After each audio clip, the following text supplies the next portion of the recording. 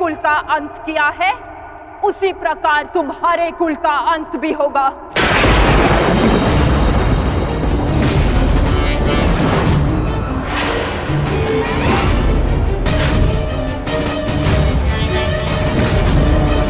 तुम्हारा कुल भी ऐसे ही आपस में लड़कर नष्ट हो जाएगा।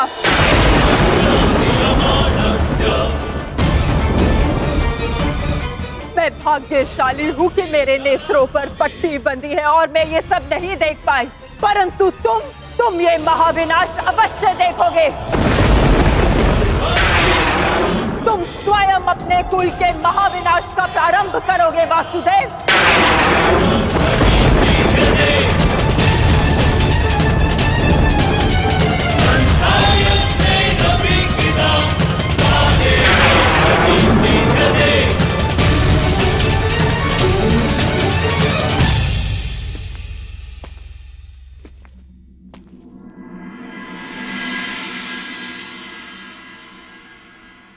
जिस प्रकार एक प्रसन्न माता का आशीष संसार में कोई नहीं रोक सकता, उसी प्रकार एक दुखद माता का श्राप संसार में कोई नहीं टाल सकता।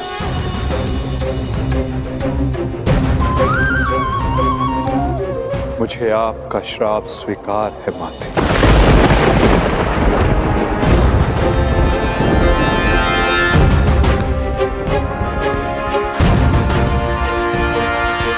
किंतु क्या आपको ज्ञात है कि इस युद्ध का सत्य क्या है? क्या आप जानती हैं कि इस महाविनाश, इस महायुद्ध का वास्तविक रूप क्या है? मेरे साथ चलिए माता, उस कुरुक्षेत्र की रणभूमि पर जो इस महाविध्वंस, इस महाभारत की साक्षी बनी है।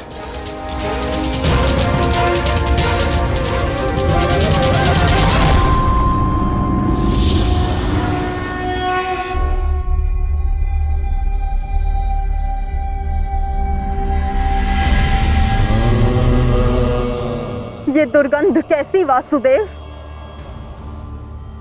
ये दुर्गंध उन वीरों के शवों की है जिन्होंने इस महायुद्ध में अपना बलिदान दिया है माता, परंतु जिन्हें अंतिम संस्कार का अवसर भी ना मिला। ये दुर्गंध यहाँ हुए भीषण संहार के एक एक क्षण का अनुभव करा रही है मुझे।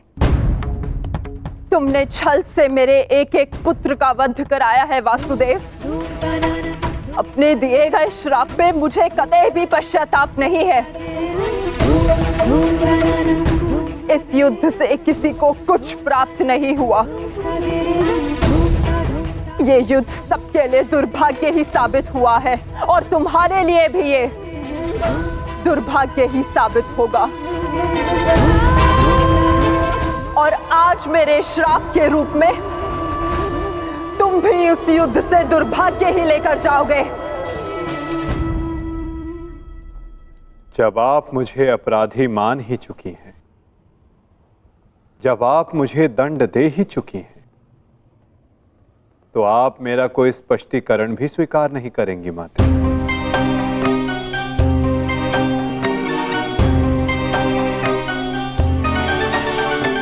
परंतु सत्य का भान आपके लिए आवश्यक है माता।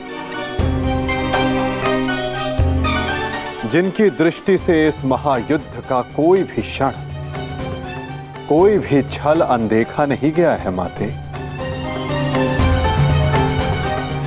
अब वीर बारबरी आपको सत्य का भान करवाएंगे।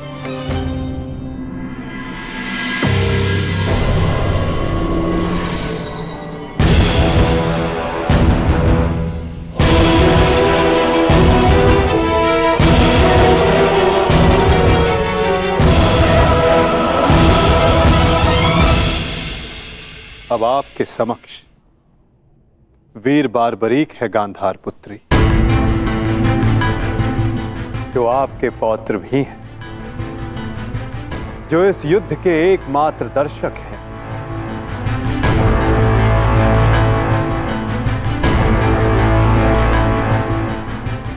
वो बारबरी जिन्होंने अपना शीश दान किया और अमर हो गए,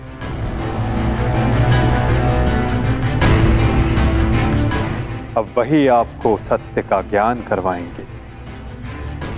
वीर बारबरीक की दृष्टि से इस महाभारत का कोई भी बल और छल अनदेखा नहीं रहा है माता। अब बारबरीक आपको सत्य बताएंगे। पुत्र बर्बरिक, तुम स्वयं बताओ, क्या वासुदेव ने छल से मेरे पुत्रों का वध नहीं करवाया है? यदि तुमने इस युद्ध का एक एक क्षण निष्पक्ष होकर देखा है तो बताओ, कौरव वंश के वट वृक्ष महामहिम भीष्म, जिन्हें इच्छा मृत्यु का वरदान था, क्या वासुदेव ने उन्हें अपने छल से धराशाही नहीं करवाया है? क्या वासुदेव ने द्रोण पुत्र अश्वत्थामा की मृत्यु का छल रचकर आचार्य द्रोण का वध नहीं करवाया है? क्या मेरे पुत्र दुर्योधन की रक्षा कर रहे उसके मित्र कर्ण को छल से नहीं मरवाया है वासुदेव ने? पुत्र दुर्योधन पर युद्ध के नियमों के विरुद्ध जाकर प्रहार किया गया, क्या वो वासुदेव का छल नहीं था? मेरे समस्त 100 पुत्रों के वध का कारण केवल वासुदेव है। क्या ये भी सत्य नहीं है बारबरिक?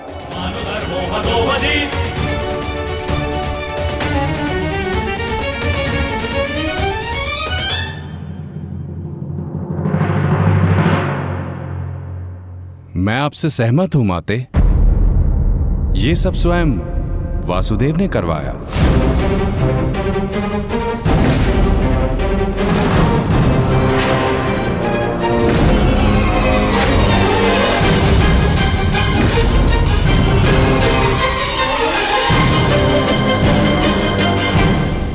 परंतु माते, आप किन 100 पुत्रों की बात कर रही हैं?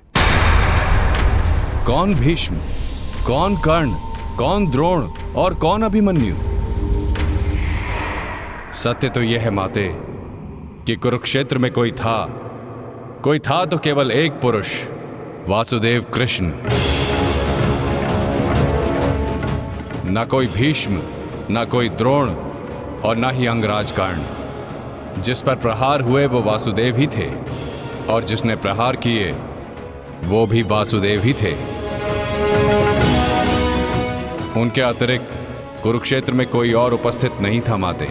ये तुम क्या कह रहे हो बर्बरिक? इसका क्या अर्थ है? इसका अर्थ शब्दों से नहीं, दृश्यों से समझ आएगा राजमाता।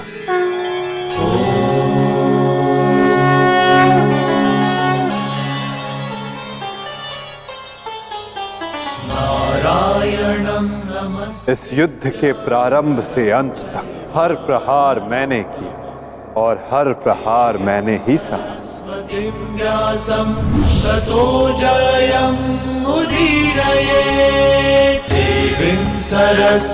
धर्म स्थापना के लिए धनुष, गदा, खड्ग, ये सब मैंने ही उठाए और इन सारे अस्त्रों का हर एक प्रहार मैंने ही सहा।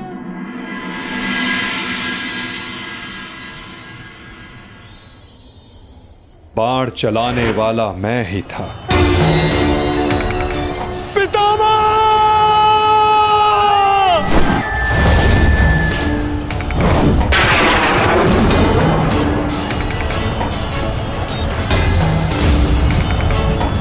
और उस बाण को अपने शरीर पर लेने वाला भी मैं ही था।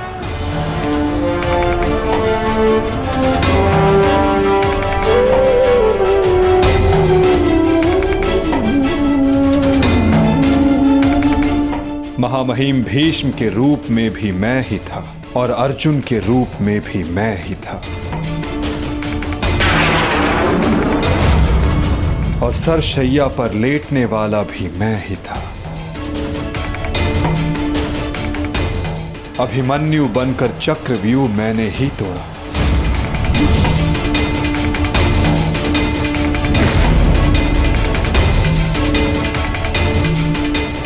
वापस आओ अभिमन्यु, लौट आओ, यूं में प्रवेश मत करो। विश्वास कीजिए दात्री, मैं इस चक्रव्यूह को तोड़ सकता हूं, और यदि मेरा सर कट भी जाए तब भी आपका सर गर्व से उठा रहेगा।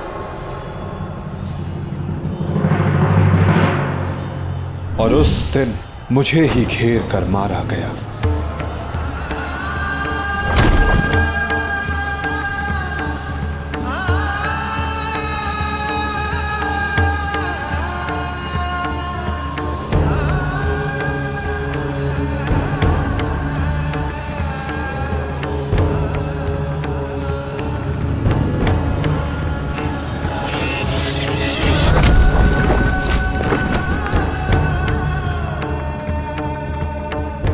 वो मैं ही था जिसने द्रोणाचार्य से कहा कि अश्वत्थामा मारा गया। आपने बिल्कुल सही सुना आचार्य द्रोण। अश्वत्थामा मारा गया। द्रोणाचार्य के रूप में अस्त्र त्यागने वाला भी मैं ही था।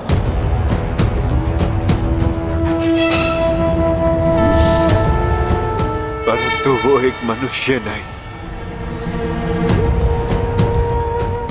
एक हाथी था।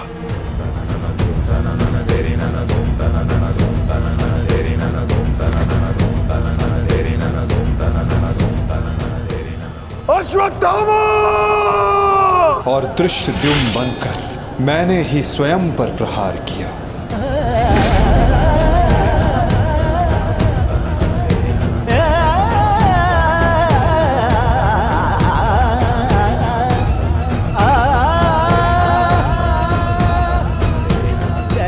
और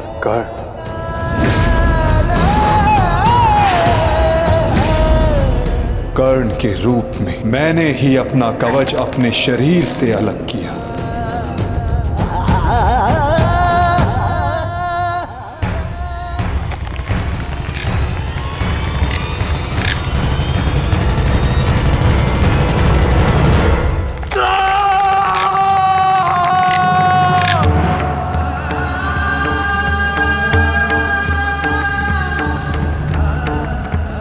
मेरे ही रथ का चक्र धंसा और मेरे ही आदेश पर मैंने ही स्वयं पर अंजलि का अस्त्र चलाया। अंगराज को मुक्त करो पार्थ, अंजलि का अस्त्र का प्रयोग करो।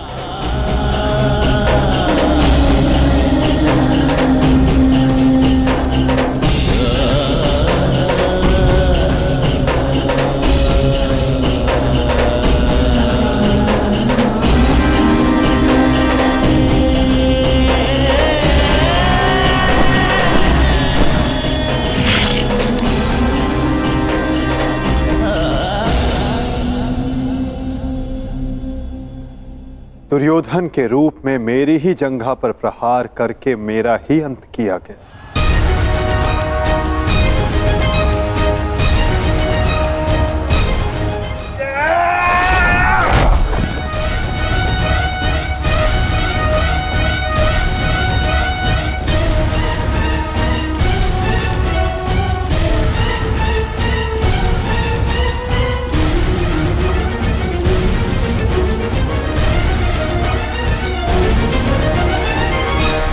द्रुपद हो या धृष्टद्युम्न, विकोदर भीम हो या अर्जुन, सब में मैं ही था।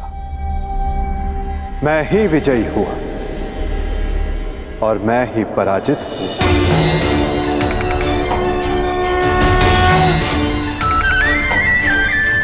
सबसे अधिक प्रहार मैंने की, सबसे अधिक घाव मैंने ही खाया।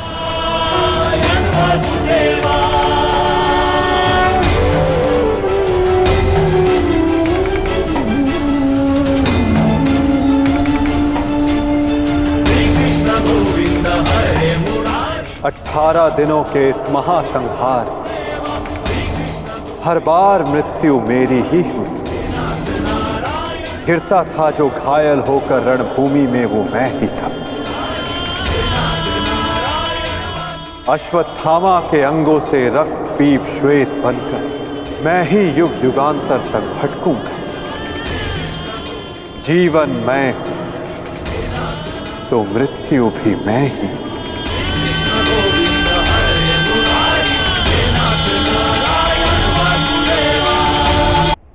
श्राप तुम्हारा स्वीकार है माते।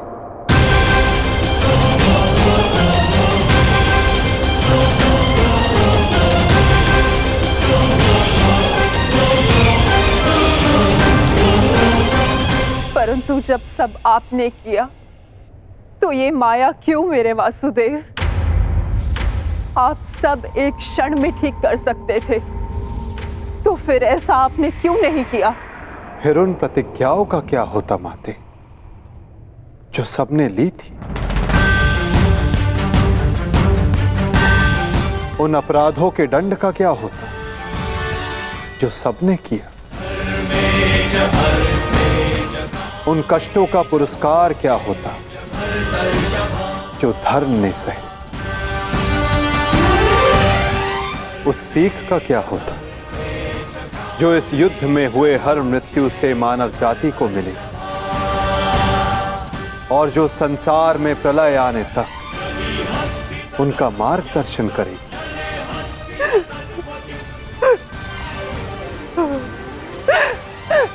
मुझे क्षमा कर दीजिए वासुदेव।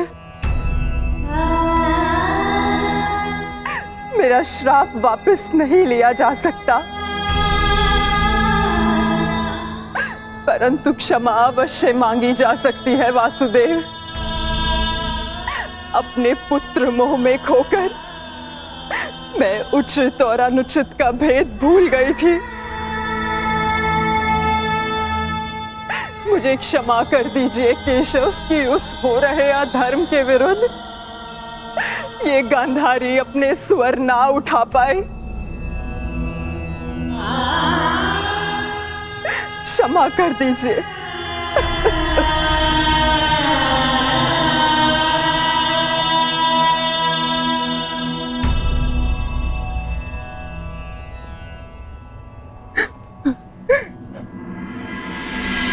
नहीं माते, किसी का अंत किसी के श्राप से नहीं होता।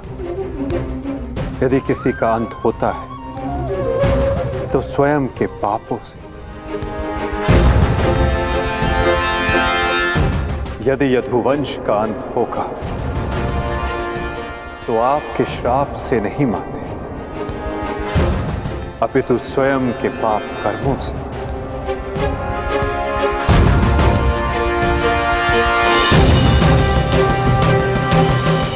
जब जब समाज में अपराध बढ़ेगा, एक महाभारत सामने आएगी। अपने ही अपनों को काटेंगे, कभी कुरुक्षेत्र में तो कभी द्वारका में।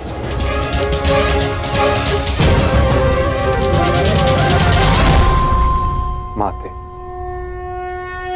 यदि आप कुछ करना चाहती हैं तो अपने मन के इस प्रतिशोध की अग्नि को शांत कीजिए और पांडवों को आशीष दीजिए। युधिष्ठिर का राज्य अभिषेक करवाइए और धर्म स्थापना में आपका ये योगदान और आपका आशीष आवश्यक है माते।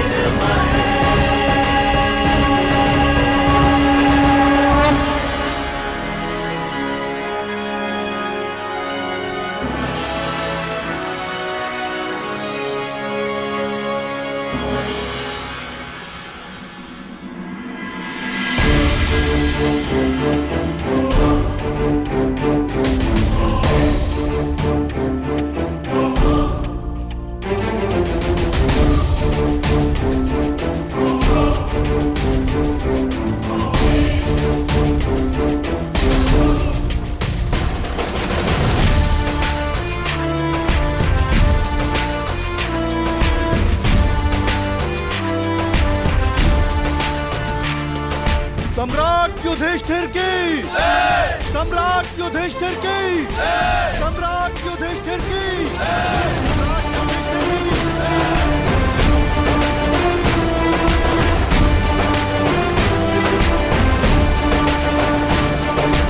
धर्मराज, केवल एक ही वीर था जो परिवर्तन के लिए अंतिम श्वास तक लड़ा। महारथी सूर्य पुत्र कर्ण।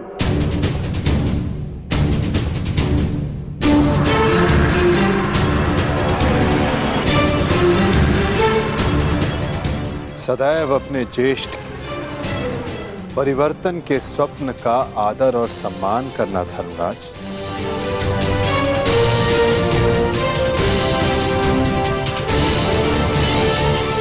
सम्राट पद पर स्थापना के पश्चात मैं पहली घोषणा करता हूं,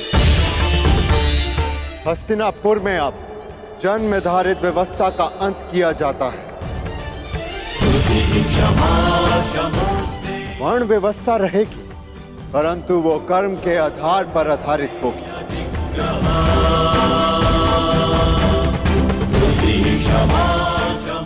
सूत हो या शूद्र हो, सबको शिक्षा का समान अधिकार दिया जाएगा और योग्यता के आधार पर काम, सम्मान और समानता का अधिकार सबको दिया जाएगा। यही धर्म स्थापना की नींव है और यही परिवर्तन का प्रारंभ है। सम्राट युधिष्ठिर की, सम्राट युधिष्ठिर की, सम्राट युधिष्ठिर की, सम्राट युधिष्ठिर की। मुझे विश्वास है कि मेरे पश्चात परिवर्तन का अध्याय प्रारंभ होगा।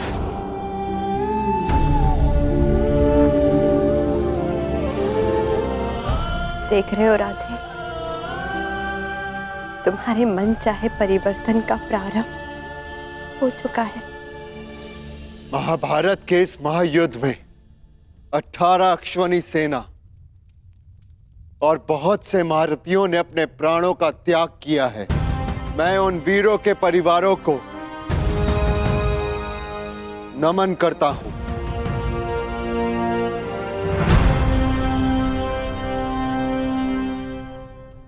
मैं सम्राट युधिष्ठिर ये आदेश देता हूं, युद्ध में सम्मिलित प्रत्येक सैनिक के परिवार को आर्थिक सहायता दी जाएगी। उनके बालकों को शिक्षा, उनके आश्रितों के लिए भरण पोषण की व्यवस्था अब सम्राट का उत्तरदायित्व है। सम्राट युधिष्ठिर की, सम्राट युधिष्ठिर की, सम्राट युधिष्ठिर की, सम्राट युधिष्ठिर की। और भ्राता कर्ण, मुझे विश्वास है कि मैं संसार में सदा राधे कर्ण के नाम से ही जाना चाहूंगा। राधे कर्ण के द्वारा सुझाए गए प्रतिरूप के आधार पर राज्य में समानता की एक नई व्यवस्था विकसित की जाएगी।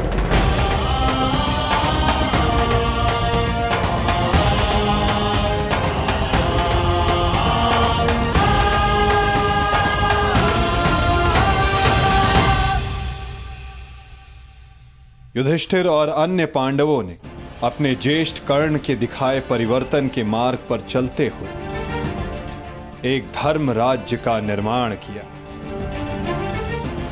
अर्जुन का लक्ष्य अब केवल एक महान व्यवस्था की स्थापना थी। 100 कौरवों का नाश कर देने वाले भीम ने भी अब निर्माण की भागदौड़ संभाल ली थी और नकुल सहदेव अपनी माता कुंती, गांधारी और बुजुर्ग हो चले धृतराष्ट्र की सेवा में लगे थे। हर ओर धर्म था, संपन्नता थी, आनंद था, परंतु अतीत से छूटा एक बाण परीक्षा बनकर भारत के भविष्य पर मंडरा रहा था।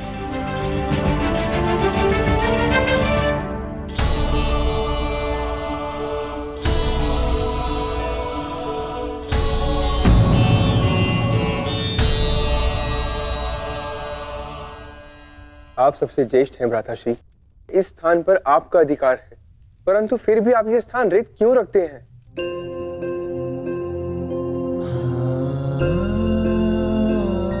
नहीं नकुल, ये स्थान मेरा नहीं है। भ्राता कर्ण हम सबसे ज्येष्ठ हैं और सर्वप्रथम इस स्थान पर सिर्फ उनका अधिकार है।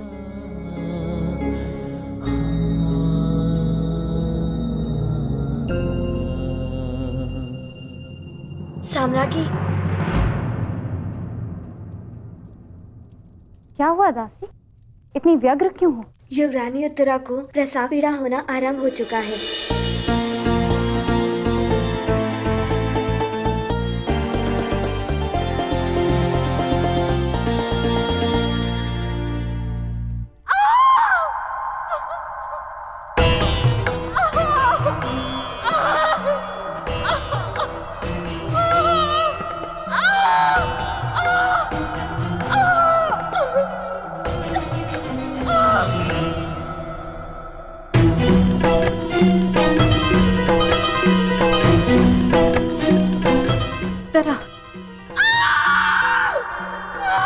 ज्येष्ठ, माता कहाँ है? माते,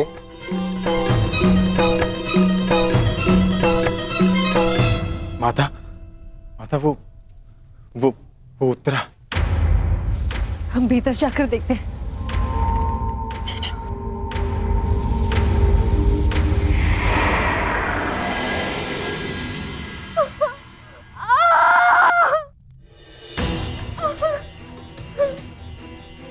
पुत्री, साहस रखो। अब और पीड़ा सहन नहीं होती माता।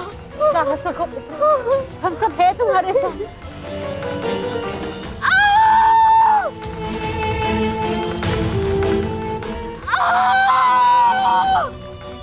माता, प्रसव पीड़ा तो सबको होती है, परंतु उत्तरा के लक्षण गंभीर हैं।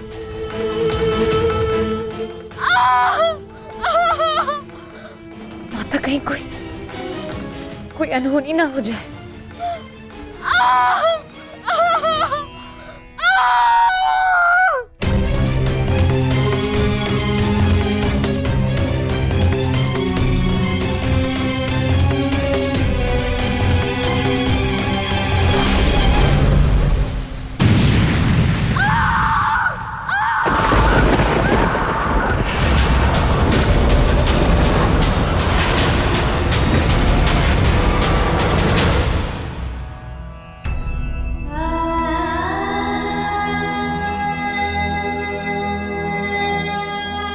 क्या अनर्थ हो गया? अब हम क्या उत्तर देंगे उत्तरा को? उत्तरा,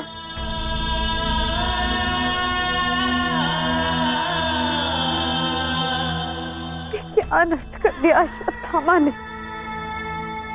एक ब्राह्मण होने के पश्चात प्रतिशोध की अग्नि में वो कितना अंधा हो गया। एक शिशु पर ब्रह्मास्त्र चलाने से पूर्व उसे तनिक भी दया नहीं आई।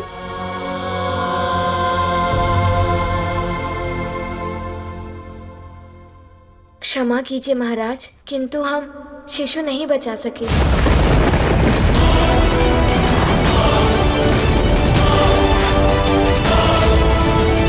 क्या अनर्थ हो गया? ये सब मेरे कर्मों का फल है। हे नारायण, उस बालक की सहायता करिए। इसमें उस बालक का कोई दोष नहीं है। हे नारायण, सहायता करिए। माधव,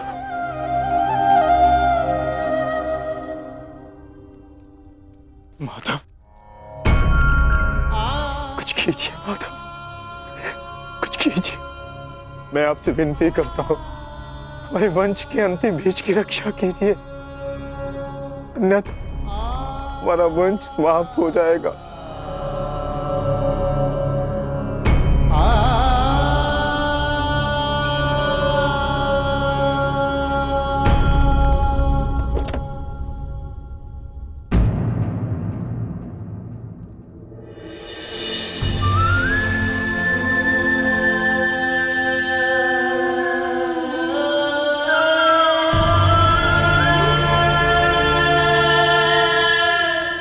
ब्रह्मास्त्र विफल नहीं जा सकता याज्ञसेनी। ब्रह्मास्त्र का संधान हुआ है तो उसका परिणाम निकलना भी निश्चित है।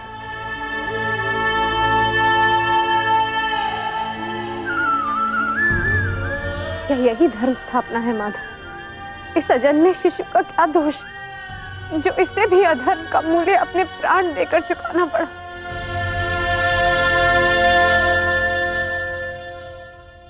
एक पापी के पाप का फल निरीह उत्तरा क्यों भुगतेगी?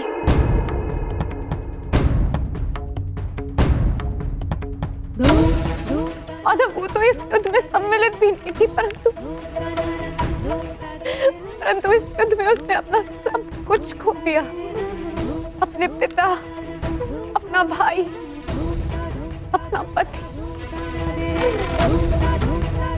और अब अपना पुत्र।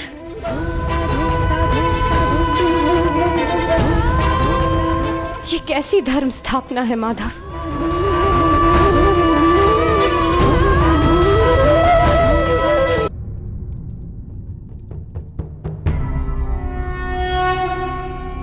यदा यदा हि धर्मस्य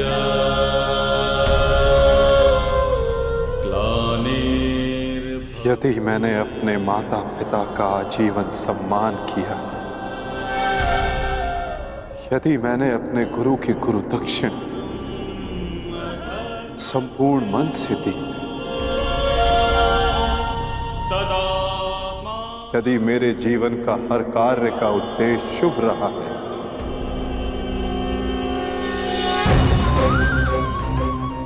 यदि मैंने धर्म स्थापना के लिए संपूर्ण प्रयास किया है,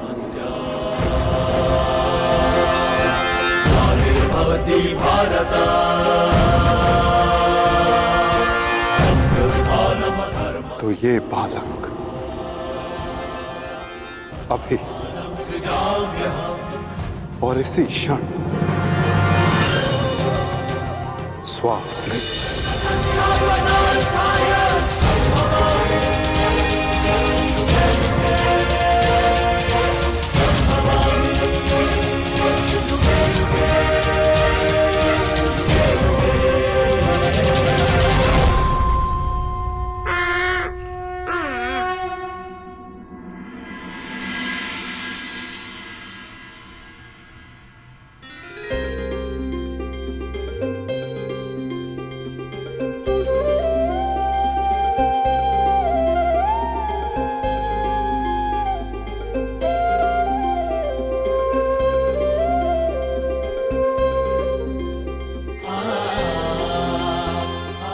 अपने जीवन की सबसे कठिन परीक्षा में सफल हुआ है ये बालक। ब्रह्मास्त्र की कठिन परीक्षा में खरा उतरा है ये बालक, जो धर्म स्थापना का मुख बनेगा।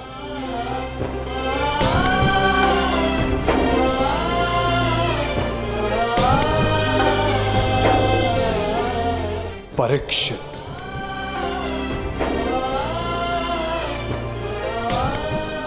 हाँ याज्ञसेनी, इस बालक का नाम परीक्षित होगा। ऋषाली! ऋषाली! वैशाली, विशाली, पुत्री विशाली।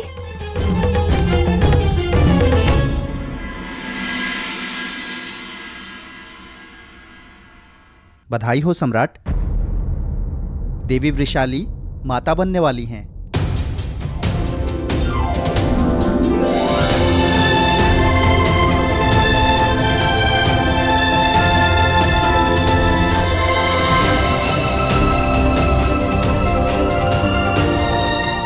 प्रभु को कोटि कोटि धन्यवाद। आज एक दिन में 2 शुभ समाचार मिले। अब परिवर्तन के 2 सूर्य चमकेंगे हस्तिनापुर।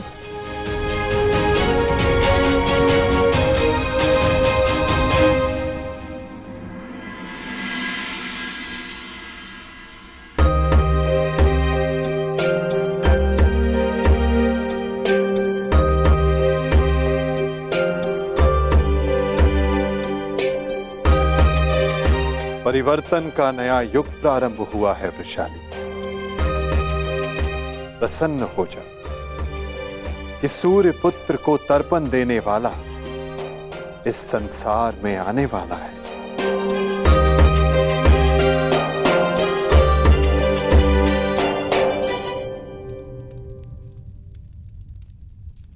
अब आप सब मुझे आज्ञा दीजिए। नहीं माधव, इतनी शीघ्रता की क्या बात है? परीक्षित के 6वें संस्कार तक रुक जाइए। द्वारका प्रस्थान करने का समय आ गया है पार्थ। क्या हुआ माधव, सब ठीक तो है ना? नए परिवर्तन का प्रारंभ हुआ है पार्थ, और परिवर्तन और नाश दोनों एक दूसरे से जुड़े होते हैं, और किसी के अंत का प्रारंभ होना भी शेष है।